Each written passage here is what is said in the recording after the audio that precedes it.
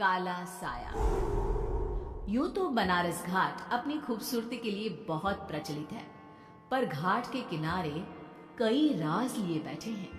ये कहानी शुरू होती है बनारस के घाट के पास बने ममता निवास से, जहां प्रिया लाल जोड़े में ममता के घर उसकी बहू बनकर आती है।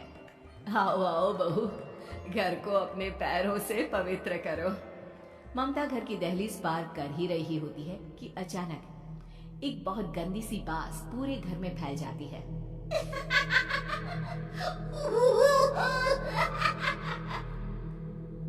ये बदबू और ये आवाजें, ये कौन हंस रहा है माँ? अब ये पड़ोसी ना हमारे थोड़े अलग से है। कहाँ हम शाकाहारी और ये मांस मच्छी खाने वाले। छोड़, तू ध्यान मत दे और गृह प्रवेश कर। और हाँ बहू, अपनी सास की एक बात हमेशा याद रखना, इन पड़ोसियों से तो कभी बात नहीं करेगी। अच्छे लोग नहीं है ये। अपनी सास की ये बात मानेगी ना बेटा? हाँ माँ, जो आपकी मर्जी, मैं उनसे बात नहीं करूंगी। अगले दिन प्रिया अपनी पहली रसोई बनाने रसोई घर में जाती है। ये छोक की बात तो नाक में जा रही है। एक काम करती हूँ, खिड़की खोल देती हूँ। प्रिया खिड़की खोलने जाती है। इतने जाले, लगता है इस खिड़की को कभी खोला ही नहीं गया। पर ऐसा क्यों? ओह, नॉन वेज की स्मेल आती होगी ना। 2 मिनट के लिए खोल लेती हूँ, फिर बंद कर दूंगी। प्रिया खिड़की खोलती है। खिड़की खोलते ही उसकी नजर सामने वाले घर की खिड़की पर पड़ती है, जहाँ एक लड़की खड़ी होती है, हाथों में मेहंदी, लाल रंग की साड़ी, बिल्कुल सजी धजी, मानो प्रिया की तरह ही वो भी नई नवेली बहू हो। वो प्रिया को देखकर मुस्कुराती है। हे भगवान, माँ ने तो इनसे बात करने को मना किया था। प्रिया फौरन ही खिड़की बंद कर देती है और तवे पर चढ़े रोटी की ओर देखने लगती है, पर वहाँ रोटी न होकर मछली पड़ी होती है। ये क्या? पहली ही रसोई में इतनी बड़ी गलती। हे भगवान, अब मैं क्या करूं? प्रिया बहुत डर जाती है और फौरन रसोई की सफाई करने और फिर सभी के लिए खाना बनाने लग जाती है। जब वो सबको खाना परोसती है, सब तो ठीक है, मैं बेकार में चिंता कर रही थी। हे भगवान, ऐसे ही बस अपनी कृपा बनाए रखना। रात के वक्त जब सब सो रहे होते हैं, तब प्रिया को पायल की आवाज सुनाई देती है, जिससे उसकी आंख खुल जाती है।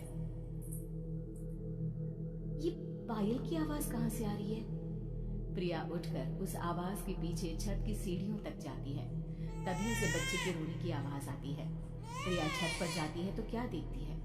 वही लाल साड़ी वाली लड़की अपनी गोद में एक नवजात बच्चे को घुमा घुमा कर सुला रही थी।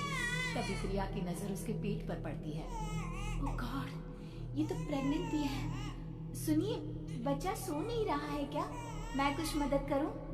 नहीं नहीं, आपके घर वालों को अच्छा नहीं लगेगा, मैं संभाल लूंगी। स्नेहा की गोद से बच्चा हाथ मारकर प्रिया की गोद में आने को छटपटाने लगता है। दोनों घर अगल बगल में बने होने के कारण प्रिया उस बच्चे को गोद में ले लेती है। प्रिया के पास आते ही वो सो जाता है। बच्चे का वो स्पर्श रात भर प्रिया भूल नहीं पाती और अगली सुबह वो छत पर कपड़े सुखा रही होती है। तभी उसे एक औरत इशारा करके बुलाती है। स्नेहा कह रही थी बाबू तुम्हारी गोद में आते ही सो गया। मैं गौरी, स्नेहा की माँ हूँ। बहू, घर आना, बाबू को खिला भी लेना। शाम को जब घर पर कोई नहीं रहता, बच्चे से मिलने के लिए प्रिया छिपकर अपनी पड़ोसन के घर चली जाती है और कुछ देर बच्चे को खिलाकर वापस लौट आती है। इसके कुछ दिन बाद ही प्रिया को पता चलता है कि वो माँ बनने वाली है। ममता की खुशी का ठिकाना नहीं रहता।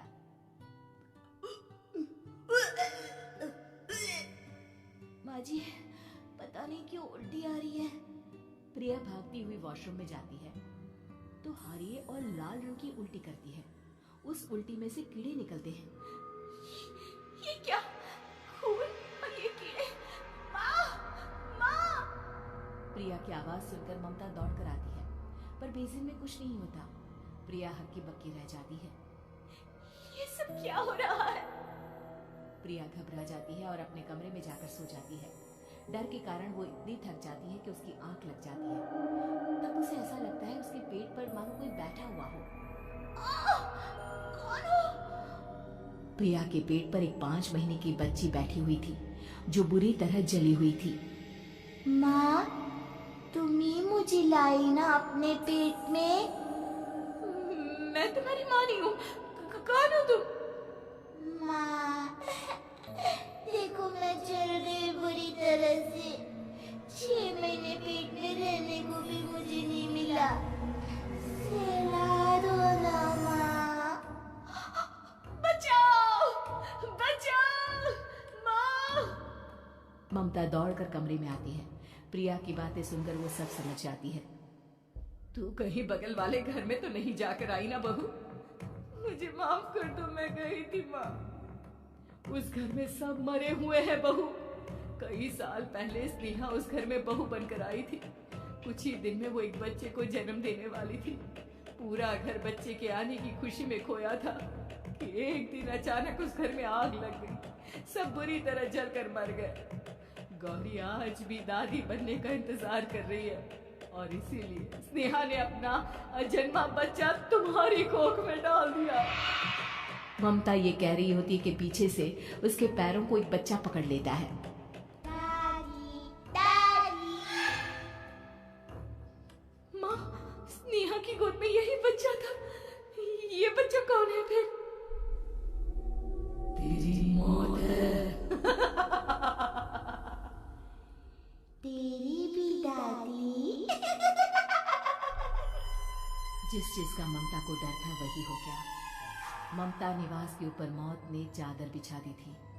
प्रिया का पेट ऐसे बढ़ जाता है मानो 9 महीने का हो। 2 हाथ उसके पेट से बाहर निकलते हैं। बहू, संतोष को फोन कर, किसी पंडित जी को बुला बहू। प्रिया का पति भागता हुआ घर आता है। ये तो होना ही था माँ। तेरा पाप तेरे सामने आ गया तो तू सह नहीं पा रही है। स्नेहा घर में आग लगी नहीं थी, माँ ने लगाई थी, प्रॉपर्टी की लालच में। और वो बच्चा मेरी पहली पत्नी का बच्चा है, मेरा बेटा, जो कि उस आग की चपेट का शिकार हो गया था। मैंने तुमसे ये सब माँ के कहने पर छुपाया था। मुझे माफ कर दो प्रिया। तुम अगर चाहो तो यहाँ से जा सकती हो। मैं तुम्हें किसी भी बंधन में रखना नहीं चाहता। मेरी शादी हुई है आपसे, मैं आपको छोड़ नहीं सकती, पर उससे पहले हमें स्नेहा, उसकी माँ और बच्चे की आत्मा की शांति करवानी होगी। संतोष और ममता गौरी के घर जाते हैं। अंदर सब कुछ जला हुआ होता है। जमीन पर जली हुई लाशें बिखरी हुई थी। ममता रो रो कर अपने करने की माफी गौरी से मांगती है। प्रिया स्नेहा के घर वालों का अंतिम संस्कार करवा देती है और ममता निवास फिर से आत्माओं के साए